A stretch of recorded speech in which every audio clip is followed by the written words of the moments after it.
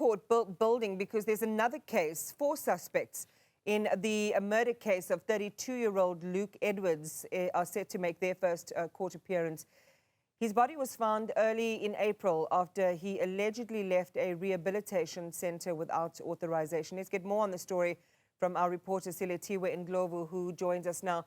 Lele, good morning to you and the team there. Just share with us a bit more around the background of this story.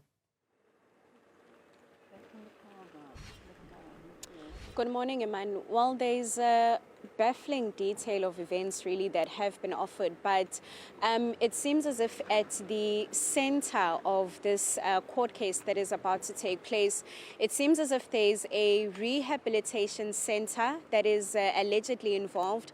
There's also a retirement home that's also involved, and the 4 suspects that we are then set to see appear before the court. But to get more insight in terms of what transpired during early April, I'm just going to bring in the parents then of Luke Edwards. We're going to speak to his mother. Linda, thank you so much for your time this morning. I just want to start off by talking about what actually transpired in early April. He was admitted to the rehab center. He was becoming psychotic. He had been smoking marijuana, and it had made him very, very weird things he was saying, and he was getting aggressive, and he initially went into a voluntary rehab the weekend before, but he became aggressive and said he wasn't going to stay there. So this rehab suggested we send him to the rehab center in Toti, and they came and picked him up from there. The next morning we went to see the owner, Donovan de Klerk, to have a meeting with them to ensure that Luke would be safe there. We had a meeting for literally over an hour and a half. We asked him, do they understand psychosis? Will he be okay there? Is he safe? Do they have the medical facilities? They said they had a lady that understood psychosis that give him the calming medicine and assist him. We even went and looked around the property. We went as far as asking about meals and things like that. We left there quite confident that he was going to be in good care.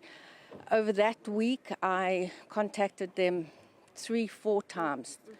WhatsApped them. I spoke to Dwayne van Zyl, and he assured me Luke was calm. He wasn't happy he was there, which we knew he wasn't going to be happy he was there, but he was okay. Yes. On the Monday morning, I messaged Dwayne. I think it was the 7th of April. I messaged Dwayne. I said, is he okay? He sent me a long voice note saying, look, yeah, Luke wasn't happy he was there, but he was complying just the minimum to get through what needed to be done. When does the reports then come in stating that something has transpired? I know you sent a message on the 7th. According to a statement that they've released on Facebook, it seems as if he left the center without authorization. Just take me through what transpired between the 8th and the 9th. Well, for us, we weren't advised anything from the 7th. On the morning of the 9th, at about 7 o'clock, I was on my way to work, and I got a WhatsApp call, not from Dwayne, but from another guy. I was in such a state that I didn't actually get his name, and he said to me Luke had absconded the night before. He had a scuffle with somebody. He got in an altercation with some guys, and they had to go lay some charges against him, and at 11 o'clock at night he absconded. I said to him, why didn't you phone me at 11? We parents that would have got into our car immediately and come out. We would never leave Luke out alone at night, and it was cold then. Yes. And they said, no, they didn't want to worry us. And I said, did you phone the police? And they said, no, we don't phone the police. So at that stage, I said to him, I had to phone them back. I said, what is he wearing? My husband was immediately in the car. We have friends in the Toti, and they went out looking. And then at about 10 o'clock, Duncan went to the police station and said to them, has he been missing? And they said, no, they haven't seen anything. And then about a half an hour later, while he was still looking around, they phoned him to say, your son is dead. So, it's unbelievable. I can just imagine. I am out of time, Linda, but I'm just going to speak to you shortly after this.